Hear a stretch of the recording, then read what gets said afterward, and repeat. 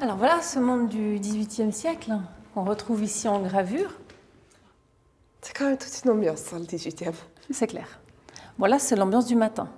En sortant de goûter les douceurs de Morphée, ce léger passe-temps pour elle ouvre le jour.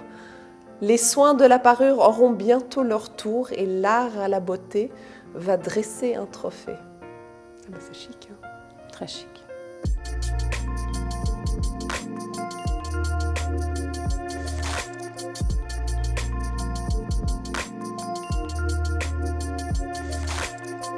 Il faut imaginer le décor. On est au début du XVIIIe siècle, dans une ville pleine de raffinement, de richesse, d'élégance, de culture qui est Dresde, en Saxe. C'est un peu le décor idéal pour un début de roman d'aventure, autour de deux personnages principaux que nous avons, qui est Auguste Lefort et un certain Böttger.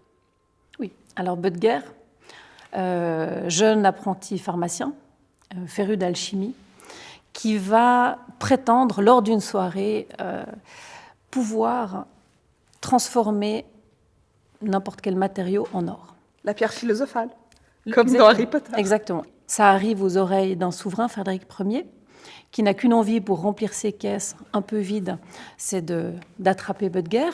Böttger l'entend, il s'enfuit en territoire de Saxe, il pense qu'il est tranquille. Loin de là, puisque non seulement Frédéric Ier, mais Auguste Lefort va se mettre à ses trousses, et c'est Auguste Lefort qui va gagner. On va le voir sur cette tabatière. Auguste Lefort.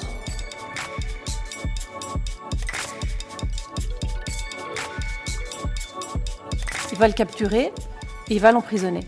Et ce pauvre Böttger va rester emprisonné dans des conditions épouvantables pendant des années et des années. Il va d'ailleurs probablement en perdre à peu près la vie.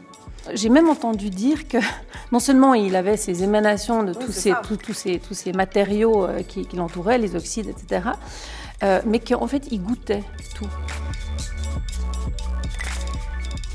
Il poursuit cette quête de la pierre philosophale. Oui, c'est ça, parce qu'en fait, c'est pas la porcelaine du tout à ce stade. Ben non. Ben non.